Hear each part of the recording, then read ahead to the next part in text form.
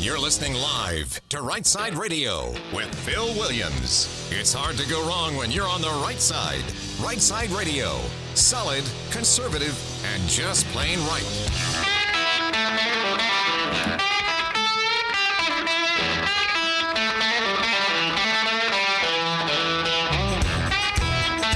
Alabama's syndicated news talk leader, Rightside Radio. Phil Williams here live in the Rightside studios. Man, we got the local, the state, the national, and today, international.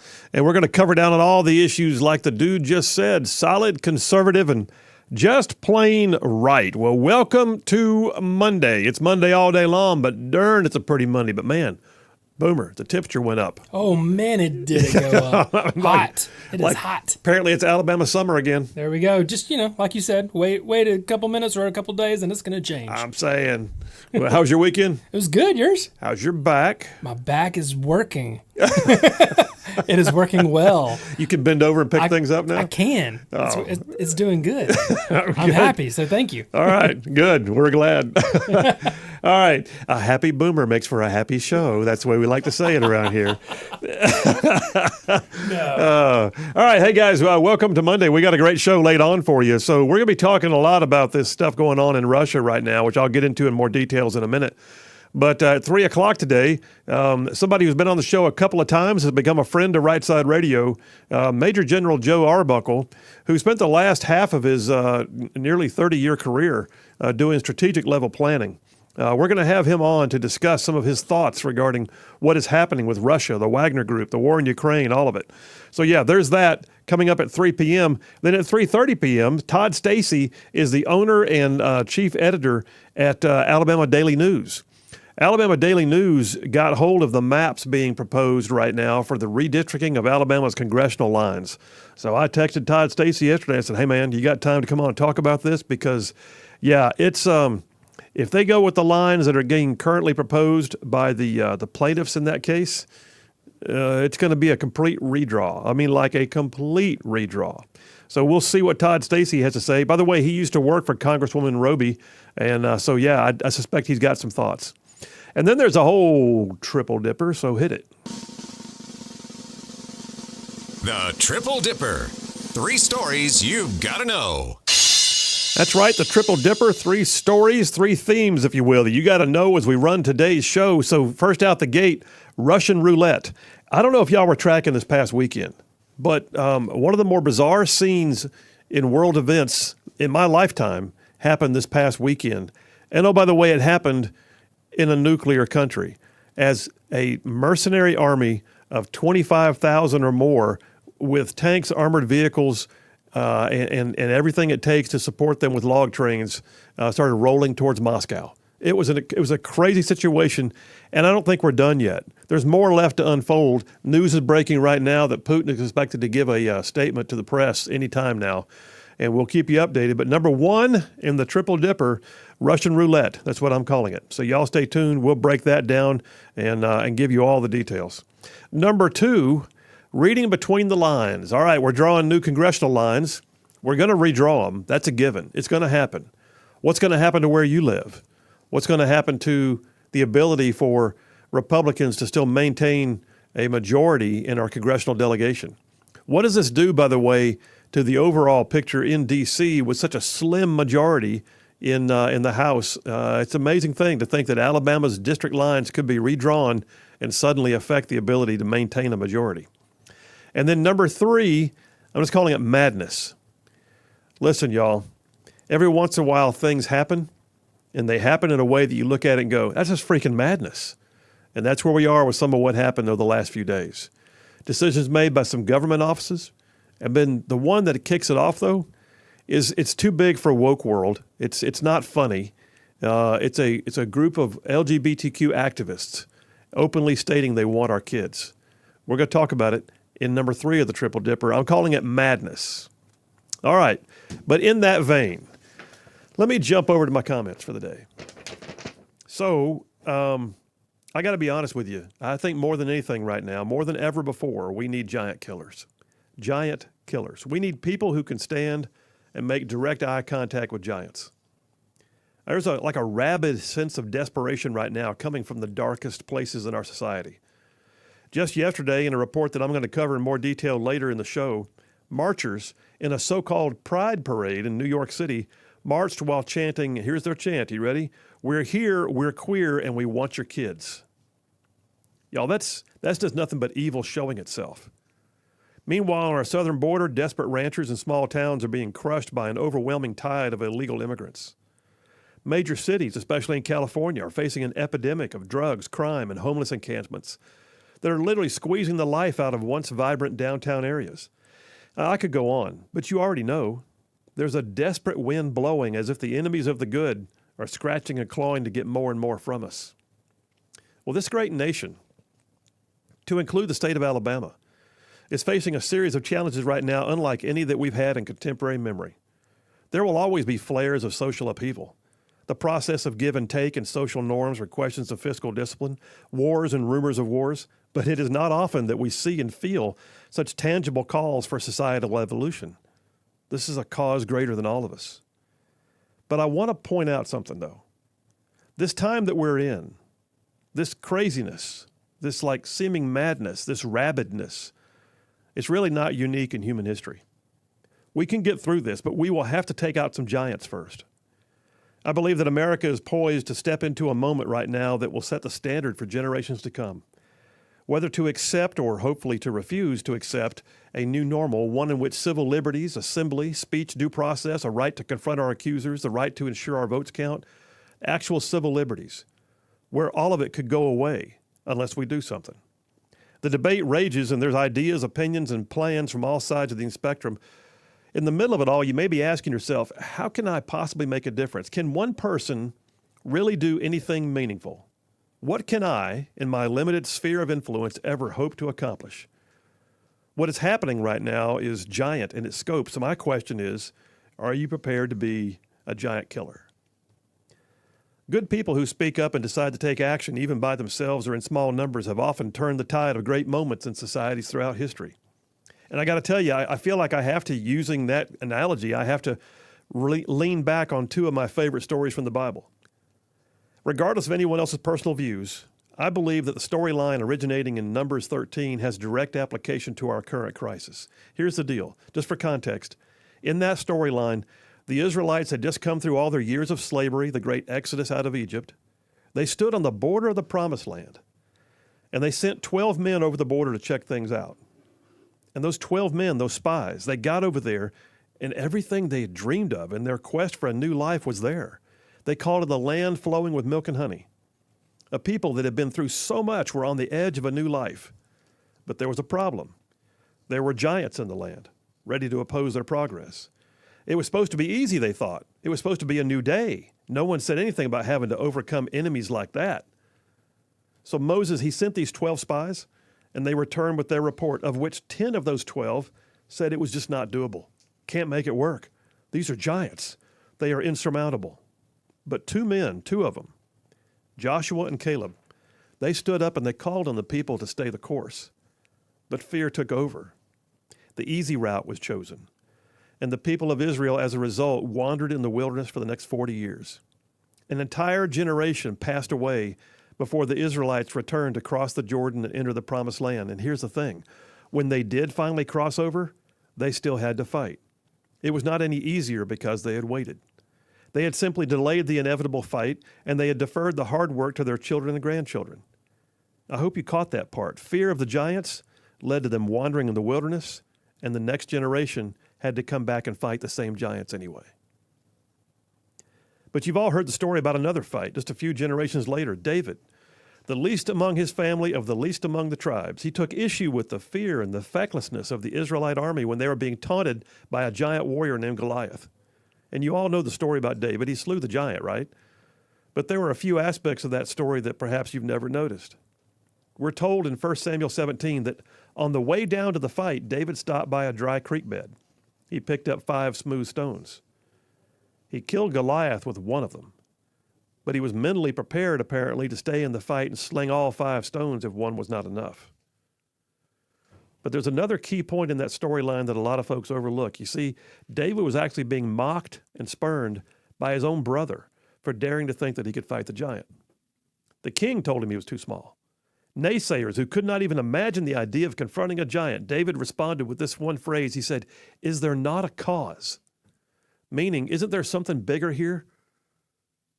So is there not a cause? What a great question. I mean, a history, a way of life worth fighting for, something bigger than ourselves. I don't care where you draw your inspiration from. It can be a famous movie or a personal story or an experience of others or of your own, or in this case, from a biblical narrative. But the fact remains that we must have the social and political will to stand, or we will surely fall. You can stand, and maybe you will not reach the heights you're attempting, but if you remain seated, you will definitely not reach them. I believe the state of Alabama is on the cutting edge of this fight. We are poised, as what is supposed to be one of the most conservative states in the nation, to be a catalyst for substantive change and to serve as a bulwark against the absolute attempts to wreck our nation by liberals. Make no mistake, there are giants in our land. But I was not selected to find the easy way out, and in my opinion, sitting idle is the option of fools and cowards. It is possible to find simple solutions to hard problems. And I know who I'm talking to. This is an audience full of giant killers. Having come this far, we have to continue and cross over, or it will all been for naught. There was a scene in the Mel Gibson movie, The Patriot. Good movie.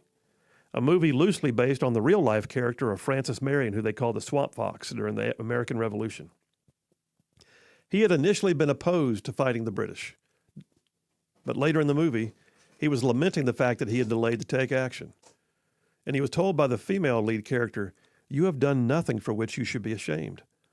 To which Gibson's character responded, "I have done nothing, and for that I am ashamed."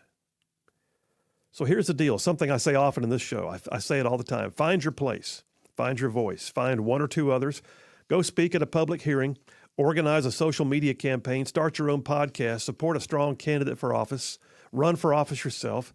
Write a letter to the editor. Any one of those things is good. This is our country. We are called to be good stewards of it. And by the way, it's a broad-based strategy of stewardship, and it's not easy by any means, but it is certainly doable. Because these giants we're facing right now, these social and cultural giants, they are not insurmountable. We are not the kind to turn back, and the world needs us to be giant killers. And that's a wrap for the Right Side Way.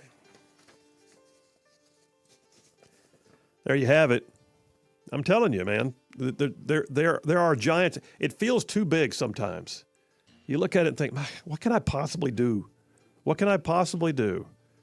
You may be surprised. Tell you what, when we get back, I'm going to tell you another story. Phil Williams, Right Side Radio. Y'all stay tuned. We'll be right back.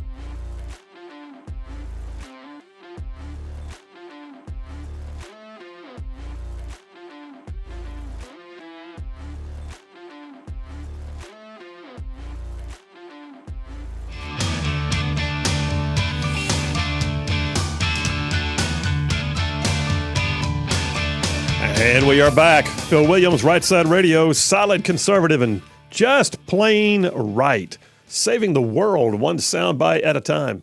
I got a number of text lines are open, by the way, 833-687-4448. That's 833-68-RIGHT. Several texts are already in. John from Huntsville says, Phil the Giant Killer, I loved your monologue. Also, one time I heard a story on TV about a man who picked up one of thousands of starfish and put it back in the ocean, and a man came up to him and said, do you really think that made a difference? He responded, for that one it did. That's a good story. Missy from Falkville, great monologue. While waiting tables during the Obama years, I would discuss with a veteran things the administration was doing. His response was always the same. There's too many Patriot veterans out here. He won't get away with it. But he always did. At what point are Americans going to get fed up and take a stand? We are no different from wandering for 40 years. A 40-year Israeli. What he's trying to say is we're just like we're wandering Israelis. So yeah, I guess I got to make sure we're clear, Missy. I mean, I'm not talking about armed insurrection here, but the reality is we have got to start taking a more adequate stand against the pushes by the the ardent progressive left that are determined to take away everything that we know, understand, and believe in, and just institute an entire new cultural norm. And it's going to take people just being fed up, running for office, filing lawsuits, doing what it takes, going to school board meetings, and I mean like getting busy. And there's some great examples right now. Just the other day, we had a representative from Moms for Liberty on. That started off with 2 moms in Florida. They now have chapters in almost every state, and they're like rocking people's world. So it can happen. It can happen. Allie from Athens says, giant killers. She said, and I've always enjoyed the fact that it's traditionally believed that David was not a very big person. That warms my heart, seeing as how I don't even hit 5'2" anymore. Anyway, all right. And then Jeremy from Huntsville says, David got 5 stones. He knew Goliath had 4 brothers. We have no proof of this. All right. Hey, listen, I got to, so talk about one man making a difference. So I had a unique opportunity a few years ago, was at a small conference for Club for Growth. I was a Club for Growth Foundation Fellow, is what they called them. I was in the inaugural class of fellows. And so we had a gathering in D.C., and it was very cool. Got to meet some great people. They brought in big name speakers, and it was certainly enjoyable. One of those that was most interesting to me was when Mark Meadows came and spoke to us. And I'm talking about, we're just in a room with about, there's about 35 of us, and there's the former chief of staff, to the president. Mark Meadows, before that, if you recall, before he worked for Trump, he had been in the House as a member of the Freedom Caucus. Meadows told his story, and his point was, yes, one person can make a difference. In this case, what happened was he heard that Trump was interested in tax cuts, and the Freedom Caucus was all for it. He said, I started writing out what we thought we could see and achieve. I thought we had the votes for this, this, and this. He said, then I sent it to Jim Jordan. He said, I'm told that Jim Jordan was like revising it on the hood of his truck in a Walmart parking lot while he was back at home. And he got his input back to me. I had it typed up, and I sent it over to Trump's office. He said, the next thing I know, I get a call from what had formerly been the chief of staff for President Trump. Said, the president would like to see you. When? Right now. Oh. And so he did what he could to get over there, and he got to the White House, and he was sitting outside and of the Oval Office, and the chief came out and said, come on in. Right now? Yeah, right now. He walked in. He said the entire cabinet was in there. He says, I'm looking. There's the vice president. There's the Treasury secretary. There's he's got half the cabinet with him, and Trump's going through this thing, and he's got the memo from Mark Meadows and Jim Jordan. Now keep in mind, 2 guys elected to Congress out of hundreds that serve in Congress. Are they making a difference? Apparently, because Trump's now reading their memo. And Trump's looking at his Treasury Secretary and goes, Meadows says we can do this and this. What do you think? Well, sir, I think we shouldn't cut it quite that far. Nah, what do you think, Meadows? I'd do it if I were you. Do it. Let's go ahead and put it down. The bottom line is that memo that they did, which Jim Jordan added his input into on the hood of his truck, it became the Trump tax cuts. And afterwards, Trump signed the memo and handed it back to him with the words, good job written on it. And he's got it framed in his office to this day. Proof positive, he said, that you can provide input and actually make a difference. All right, folks, Phil Williams, Right Side Radio. You guys stay tuned. We'll be right back.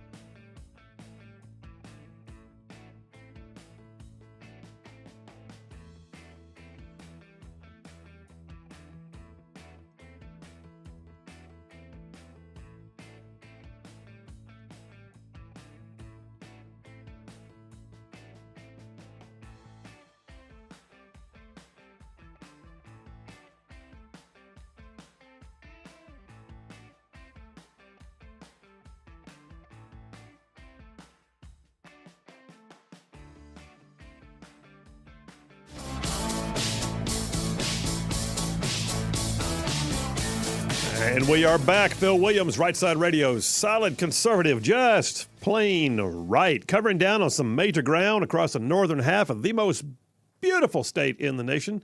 I'm talking about Alabama. I'm talking about this show sends its signal like way on down south of Birmingham and up north of Huntsville and Tuscaloosa, back over to gas in parts of Georgia, Tennessee, and Mississippi, thrown in just for good measure. Hey, first one on the Triple Dipper, I'm calling it Russian roulette, which is a bit of a euphemism, but the reality is Russian roulette's a dangerous game, and what we saw this past weekend was dangerous times, man. So I'm going to catch you up to speed. Some of it, if you're news hounds, this is what you've been seeing for the last couple of days. But I want to break it down to the low levels and then work our way back up to strategic levels. So just to give you the backstory, there's a guy named Yevgeny Prigozhin. Yevgeny Prigozhin, and I've got a piece here from Daily Wire that helps with his background. But Yevgeny Prigozhin has been a friend or a confidant of Putin for years. He served time in prison, almost a decade really, for assault and robbery and fraud back in the 80s. He got out and began to work in restaurants, started his own catering business, and lo and behold, the catering business got friendly with the Kremlin. The catering business became the chief caterer to the Kremlin. And then eventually, he began to form this thing which is now known as the Wagner Group. The Wagner Group has become Putin's mercenary army. And when I say a mercenary army, I'm not talking about like something you might go, well, Phil, don't we have civilian contractors that carry arms into, yeah, and they carry arms like, small arms and basic weapon systems, and they do things like, guarding facilities and targeting key locations. Not like this. Most recently, the Wagner Group has been in charge of an entire sector of the Ukraine war, the Bakhmut area, where the fighting has been devastating. And I don't mean like a little bit devastating. I mean, I'm talking about like World War I trench warfare on an epic scale, devastating. The Wagner Group is said to have lost 20,000 men just in that section of the country alone. Can you imagine? You look back at the entire 20 years we spent in Afghanistan, I want to say we had something like 12 to 13,000 casualties, if I'm not mistaken. I'm not minimizing that at all. What I'm saying is imagine one small sector in 1 year and one group called the Wagner Group loses 20,000. These are mercenaries paid under contract through the Wagner Group. They're not part of the Russian army, and yet they have tanks, artillery, armored vehicles, logistical supply trains. They have everything it takes to be their own separate division. And they are getting uncontrollable. So Yevgeny Prigozhin formed the Wagner Group after being a caterer to the Kremlin. Got some seed money, hired a few guys, began working and building up. Stories are that the Wagner Group is accused of massacring and raping civilians in Africa, exploiting natural resources in other poor countries. Resources like gold, oil, and gas, which all go back to the Russian government with deniability because they're not technically Russian army. They operate in South America, Africa, the Middle East, Asia, Europe. The Wall Street Journal says its investigative reporters have identified 64 companies that are linked to Wagner that serve as fronts to move money and assets back to the Kremlin. And hundreds of Wagner troops faced off against U.S. forces in Syria during the Trump administration, and we whacked them. I'm talking about decimated them, killed a bunch of them. They're not overly trained. In fact, a lot of them are being conscripted right out of prisons, offered a chance for freedom if they'll come fight for Wagner, and they'll take it. So the Russian government has allowed Wagner to grow and to grow and to grow. I heard this morning, I think it was Condoleezza Rice was discussing this and said that what's basically happened is Dr. Frankenstein created the Frankenstein monster, and the Frankenstein monster turned on the doctor. And that's what happened this past weekend. This guy, Yevgeny Prigozhin, is mad because he's finding out that senior leadership in the Russian army doesn't like him. He's finding out that senior leadership in the Russian army is offering to let his conscripts, his Wagner soldiers, become actual soldiers in the Russian army, thereby losing his dollar signs. I mean, he's made billions being a thug for Putin. So what did he do this past weekend? He took his troops, left the battlefield, and started a road march to Moscow. Now, this is a 12-hour road march. But and for those of y'all that don't know, when you're moving mass troops across an area, if you're going in with the intent to, fight your way through, you wind up keeping your vehicles completely manned and ready. Otherwise, what you might do is railhead them, or at the very least, over the roads, hauling, using freight haulers to haul your tanks and things to save the wear and tear on the roads, and by the way, the wear and tear on the tanks and the armored vehicles. No, not in this case. There was no railheading. There was no movement overland in any other way except for a fighting posture. This is where it gets really wild. So there's a city just across the border called Rostov-on-Don. Rostov-on-Don was the center of military command and control for the Russian army for the Ukraine fight. The Wagner troops rolled in and took over Rostov-on-Don. And they were treated as heroes by the people there. So this is not looking good for Putin, right? 25,000 troops are now marching towards the capital, fully armed, coming off the battlefield with the intent to fight. While they're marching, it gets worse for Putin because attack helicopters began to circle the area and come after the Wagner troops who are moving down the road. Wagner troops, using surface-to-air missiles apparently, took out 7 Russian aircraft. It was the biggest one-day loss of Russian aircraft in the entire war, and I've been told it's the biggest one-day loss of Russian aircraft since the war in Afghanistan for Soviet Union. I mean, this is big doings, y'all. They're literally fighting their way through to Moscow. A 12-hour road march, they stop at about the 10-hour mark. Stop cold. And what we're told is that the Belarusian president, and if you're looking at a map, just picture there's Ukraine, and it's like, let's say it's like the state of Arizona. Right up there above it to the right is Oklahoma. Just below that is Texas. Picture that. That's like Texas is Russia, Arizona is Ukraine, Oklahoma is Belarus. Belarus is like a puppet of Russia. But the Belarusian president's a guy named Lukashenko. And rather than Putin getting out there and doing something, rather than the Russian army posting a fight for the Wagner troops, the Belarusian president is claimed to have brokered a deal between Wagner and Russia. Keep in mind, 3 days before, Wagner was fighting for Russia. Y'all, can you imagine an army of 25,000 fully armed, armored vehicles, tanks, all of it, rolling up the interstate towards Washington, D.C.? And they're not coming from a foreign country. They're ours. It's as if Fort Benning, Georgia got mad and decided to send the 3rd Infantry Division north to D.C. That's what this is like. Roughly the distance and the capabilities. You got hardened fighters coming off the battlefield, loading up, rolling out their tanks, trucks, and equipment, and headed to Moscow. Keep in mind, Moscow is the capital of a nuclear nation. Now you start thinking about all these movies. How many movies have we had over the years? I mean, you've got The Hunt for Red October, Crimson Tide with Denzel Washington, and that was a great one, as a matter of fact. Crimson Tide with Denzel Washington and Gene Hackman. The whole backstory on that was that there was a rogue element within the Soviet Union that decided to seize nuclear assets, and they were being forced to decide whether they were supposed to respond or not. What happens if Wagner, with 25,000 armed forces, gets anywhere close to a nuclear site? What do we do?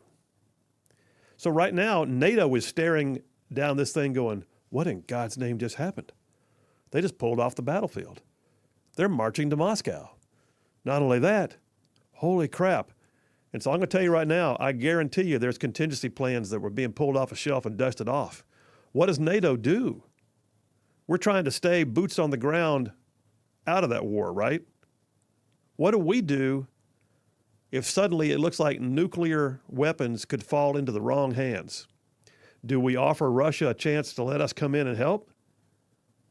Do we take them out ourselves with, Tomahawk missiles from afar? Do we mass U.S. troops on the border against Russia to make sure they can't march back? What do we do with this? And oh, by the way, Biden's in charge.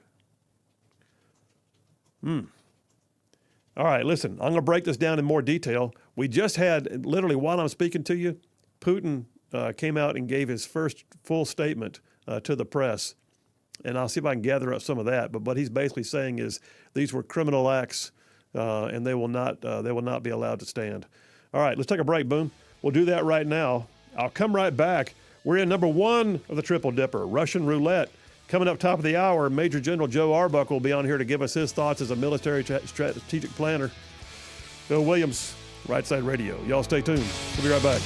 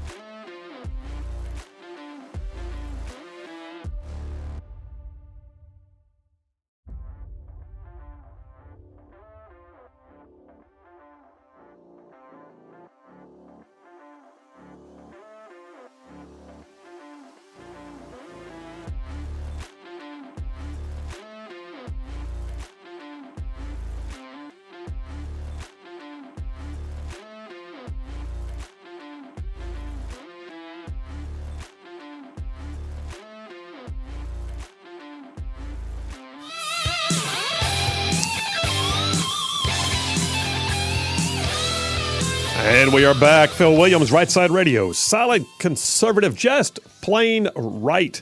Coming up top of the hour, we'll be having a conversation about Russia and the situation with Wagner Group with retired two-star General Joe Arbuckle, who had a long career, which included a pretty strong stint in national-level strategic planning. So, yeah, we'll get his thoughts and perspectives on all this. Let me jump back in, though. Calling number one of the Triple Dipper, Russian roulette. But this is no small thing, y'all. I mean, this was a brewing ugly situation. Article here from 1945.com. What happens to Russia's nuclear weapons if a civil war breaks out? And it points out the fact that with 25,000 soldiers of fortune marching on Moscow, we had an evident breakdown in civil order. Conjured up the specter that nuclear weapons, it says, or more likely materials even, useful for making nuclear radiological weapons, might come under the control of rebel, insurgent, or terrorist forces. It says nuclear weapon states now come in many shapes and sizes, and but yeah, one of them has always been Russia. Russia has more nukes than any other nation on the face of the earth. And when you consider the strength of what the Wagner was taking down the road, the Wagner Group, you have to look at it and go, that's formidable. If they decided to turn to their east and roll in on a nuclear site, could we have stopped them?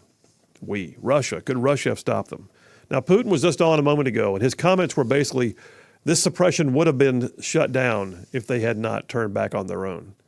Okay, bold words, Cotton, but the reality is this was big doings. This was not going to be a small fight. This was going to be people who were going to be wanting, if they were willing to follow Yevgeny Prigozhin against the capital of Moscow, you got to know that they had their game on. Here's a piece, though, that people are speculating. House Intel Chairman Mike Turner, a congressman from Ohio, he said on Sunday during one of the talk shows that he believes that Yevgeny Prigozhin had multiple accomplices inside of Russia to help him pull off his feat of moving his forces from Ukraine to just a couple hours away from Moscow. He says, then entering Moscow, I mean, this is, by the way, it's like getting into downtown Birmingham with Target being Huntsville. You were that close. That's how close it was. This was, in the grand scheme of maneuver, they were pressing in. And then entering into Moscow, it says, entering into Russia itself, taking their convoy to Moscow, that really shows to the basic issue of whether or not Putin controls his own military.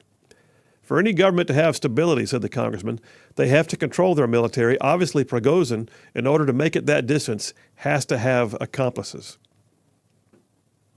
Well, one of the things that I heard General Jack Keane say over the weekend was he looks at it and believes that his sources are telling him, he said, that Prigozhin believed that he had the backing of a number of senior military leaders who were going to come out in favor of his fight and maybe even join him in the process.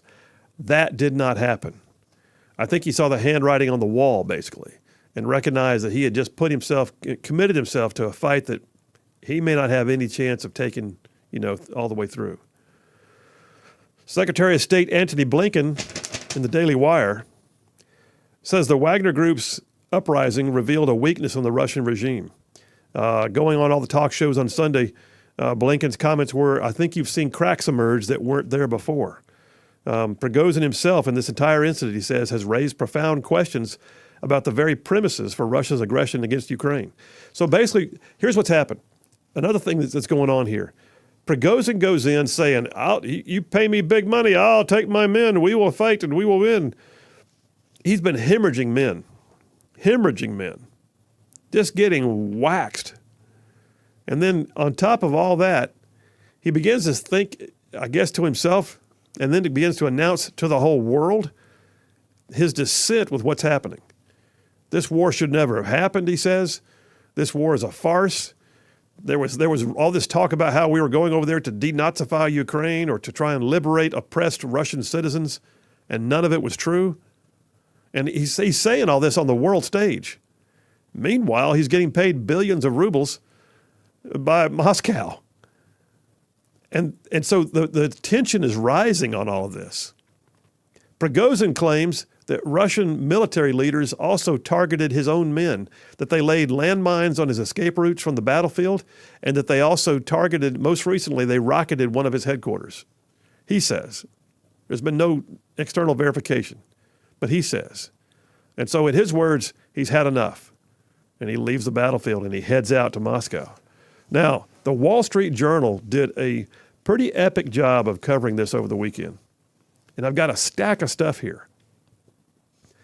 But let's just, I cannot, in my mind, this is one of the biggest things that I have seen in the world stage in maybe ever. I mean, this is like something out of a movie. I mean, what was that old Chuck Norris movie where the mercenary army invaded New York? Well, do you remember that movie? It was like, it may have been called Invasion USA. I think it was. It was Invasion USA. I mean, can you imagine a freaking mercenary army? Tanks, armored personnel carriers, trucks. They've got supply trains. They're marching down the road. You got the Third ID marching up from Fort Stewart to daggum Washington, D.C. That's what this is like. The whereabouts right now, so bottom line, too, Yevgeny Prigozhin, the head of the Wagner Group, is now missing. We don't know where he is. He's still alive. Did you find it? You're nodding your head. Invasion USA. Chuck Norris? Yes, Chuck Norris. One man took out a mercenary army trying to take over New York City. The poster with the guns out blazing. Yeah, he had these. Yeah, okay, man. It's a whole other story.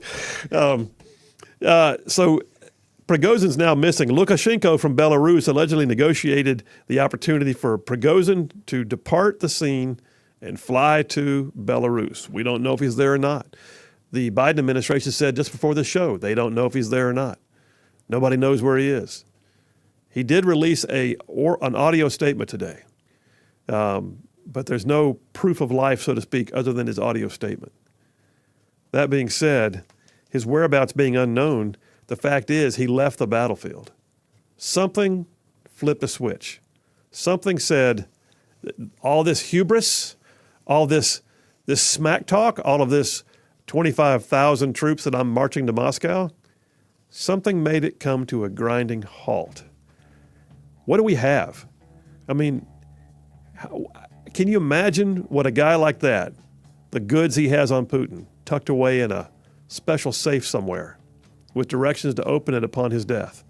I'm going to tell you right now, he better hire a soup tester. But I guarantee you, he's got some goods on Putin. All right, listen, we're going to come back in a minute and talk to Major General Joe Arbuckle, retired now, but spent a lot of years as a strategic planner. I want to get his thoughts on this. What level of planning are we looking at? What kind of contingency ops has the United States got to consider in a situation like this? Phil Williams, Rightside Radio. We'll be right back.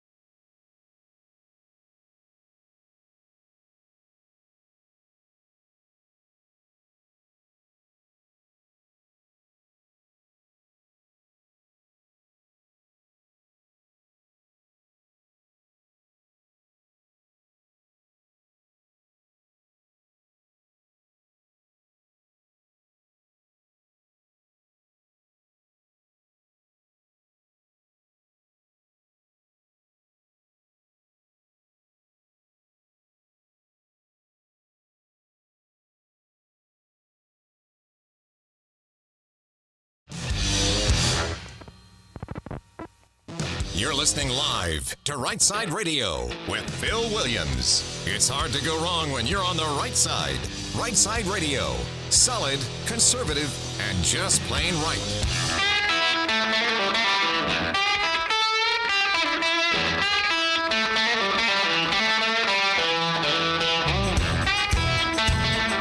Alabama's syndicated news talk leader, Rightside Radio. Phil Williams here live in the Rightside studios. Man, we got the local, the state, the national, and the international, covering down on all the issues. Solid, conservative, and just plain right. All right, well, listen, we're in number one of the Triple Dipper. I'm calling this whole section of the show Russian Roulette. I mean, we've had the most dynamic, fluid, and kind of freakishly interesting situation over the last few days as any I've ever seen on the world stage. I mean, the very idea that a division-level group of mercenaries, of all things, with tanks and armored vehicles, trucks and supply trains, decide to leave the battlefield in Ukraine and just go north towards Moscow with intent to do harm. Take out 7 Russian aircraft en route and then just stop. And everybody's like, what just happened? Well, keep in mind also, this is a nuclear nation. Makes it even more dynamic and more interesting. Someone coming on the show right now to lend his perspective, Major General Joe Arbuckle, retired two-star, has been on the show several times. Not only did he have a long career in the military, starting in 1969 as a private, retiring 32 years later with 2 stars, but during his tenure in service, he spent roughly the last 10 years on duty as an Army strategist, focusing on national-level strategy and logistics. And I thought, you know what, once again, let me reach out and see if General Arbuckle would want to provide some strategic level planning considerations and things that might be going on at the National Command Authority. Without further ado, let me welcome him back. General Arbuckle, how are you, sir? Hey, I'm doing well, Colonel Phil. How about yourself? I'm good, sir. I'm good. Thanks for asking. Hey, thanks for making time today. I got to ask you, first of all, have you been tracking all this stuff in Russia over the last few days? Because it has been highly unusual, to say the least. You're absolutely right about that. Yes, I have been, and we're picking up bits and pieces in an unfolding situation, as you well know. And so a lot about what we hear right now in the news media and read about on articles is speculation. We do know some facts involved with the situation, however. So right now, all of us are trying to piece together what is reality. And that's a difficult thing to do in a moving situation like this. Oh, absolutely. But what we do know, though, is that we definitely had a situation with what amounts to a mercenary army, a division-level mercenary army with armored vehicles and all, deciding it was going to go ahead and just head towards their own nation's capital. And I got to ask you, sir, when we look at that with your experience at the strategic level, when we look at stuff like that, what do you think the U.S. planners were having to go through over the last weekend as they monitored this? Well, there would have been, number one, some level of the National Security Council that would have been convened. And related to that, I heard a report today, of course, don't know if it's true or not, but I hope it is, and I would think so, that our own intelligence agencies learned around 10 June that Prigozhin was planning some sort of a coup. And so, assuming that's correct, our intel agencies had a heads up about 2 weeks ago that something like this was going to happen. And so at that point, as I said, elements of the National Security Council convene, including the intelligence networks, Secretary of Defense, certainly Secretary of State representatives, and then they start going through the options. What are the contingencies here? What if Prigozhin actually gets into Moscow as worst case? What if he doesn't? What can happen there? And so the options are put on the table, and courses of action are developed around those particular options. So that's what they've been going through. But Phil, let me change the subject real quick to you. There's something that really is a mystery to me, and I've not heard it talked about much, and that is knowing Putin's background. He's a KGB thug. We all know that. He's ruthless. He kills anybody that gets in his way or puts them in prison for life. And he also has a pretty good personal intelligence network. And I assume, and I think correctly, he had to have spies within the Wagner group to let him know what's going on with the leadership there. And I would assume that Putin knew to a pretty large degree what Shogun was up to.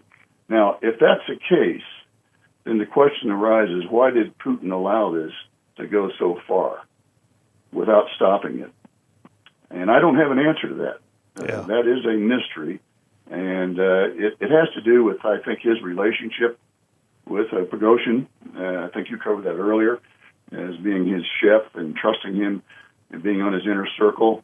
But there may be more to it than that. And I kind of think that is the case. And on top of that, Putin knew that his own Ministry of Defense was in conflicts with the Wagner Group. And they were claiming that his Ministry of Defense was not providing the proper ammunition and other resources, causing casualties within the Wagner Group. So why did Putin allow that conflict to continue? That is a key question that needs to be addressed. No, I agree, sir. And, of course, it'd be speculation on my part, but I said briefly before the top of the hour, I cannot help but wonder, knowing that Prigozhin has been inside of Putin's inner circle for so many years and probably has communiques or some type of direct evidence of Putin being complicit in some of the war crimes that Wagner's been accused of. And I'm purely speculating. I don't know this, but I can't help but wonder if he's got a special file tucked away somewhere, designed to be brought out to the rest of the world in the event that Prigozhin is found dead. And so Putin's got to know that there's things that Prigozhin knows he doesn't want the rest of the world to know. That's certainly true. That has to be a major factor in this. And another mystery is, you touched on earlier, is why did Prigozhin stop before he got to Moscow? And I think the answer to that is basically he realized he didn't have the backing that he needed within the Soviet military, particularly at the top ranks. And he may not have even had it within his own senior leadership within the Wagner Group. Reports I've read is that he had pretty good support from the lower level members of his group, but not so much so at the higher level. And here's another thing to consider in this. So Putin comes out right away in a speech and says, and harkens back to